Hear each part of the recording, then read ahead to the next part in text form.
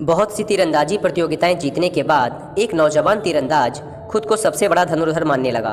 वह जहां भी जाता लोगों को उससे मुकाबला करने की चुनौती देता और उन्हें हराकर उनका मजाक उड़ाता।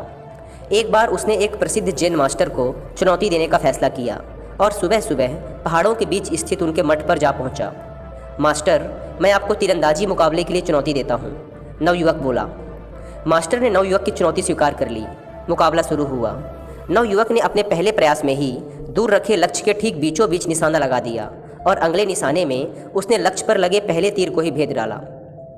अपनी योग्यता पर घमंड करते हुए नवयुवक बोला, कहिए मास्टर, क्या आप इससे बेहतर करके दिखा सकते हैं? यदि हाँ तो करके दिखाइए, यदि नहीं तो हार मान जाइए। मास्टर बोले, पुत्र मेरे पीछे आओ।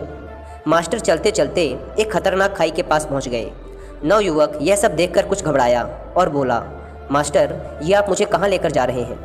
मास्टर बोले, घबराओ मत पुत्र, हम लगभग पहुँच ही गए, बस अब हमें इस जर्जर पुल के बीचों बीच जाना है। नवयुवक ने देखा कि दो पहाड़ियों को जोड़ने के लिए किसी ने लकड़ी के एक काम चलाऊ पुल का निर्माण किया था और मास्टर उसी पर जाने की बात कह रहे थे। मास्टर पुल के बीचों बीच पहुँचे, कमान से तीर निकाला और दूर एक पेड़ के तने पर सटीक निशाना लगाया। निशाना लगाने के बाद मास्टर बोले, आओ पुत्र, अब तुम भी उसी पेड़ पर निशाना लगाकर अपनी दक्षता सिद्ध करो। नवयुवक डरते डरते आगे बढ़ा और बेहद कठिनाई के साथ पुल के बीचों बीच पहुंचा और किसी तरह कमान से तीर निकालकर निशाना लगाया, पर निशाना लक्ष्य के आसपास भी नहीं लगा। नवयुवक निराश हो गया और अपनी हार स्वीकार कर ली।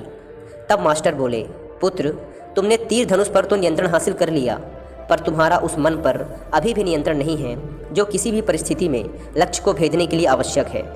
पुत्र, इस बात को हमेशा ध्यान में रखो कि जब तक मनुष्य के अंदर सीखने की जिज्ञासा है तब तक उसके ज्ञान में वृद्धि होती है, लेकिन जब उसके अंदर सर्वश्रेष्ठ होने का अहंकार आ जाता है तभी से उसका पतन प्रारंभ हो जाता है। नवयुवक मास्टर की बात समझ चुका था। उसे एहसास हो गया था कि उसका धनुर्विद्या का ज्ञान बस अनुकूल परिस्थितियों में ही कारगर है और उसे अभी बहुत कुछ सीखना बाकी है। उसने तत्काल ही अपने अहंकार के लिए मास्टर से क्षमा मांगी और सदा एक शिष्य की तरह सीखने और अपने ज्ञान पर घमंड ना करने की कसम खाई। दोस्तों, इस जैन कहानी में हमने देखा कि जब किसी के अंदर सर्वश्रेष्ठ होने का अहंकार आ जाता है तभी से उसका पतन प्रारंभ हो जाता है।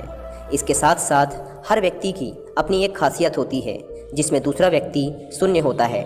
इसलिए सभी का सम्मान, आदर करना हमारा कर्तव्य है।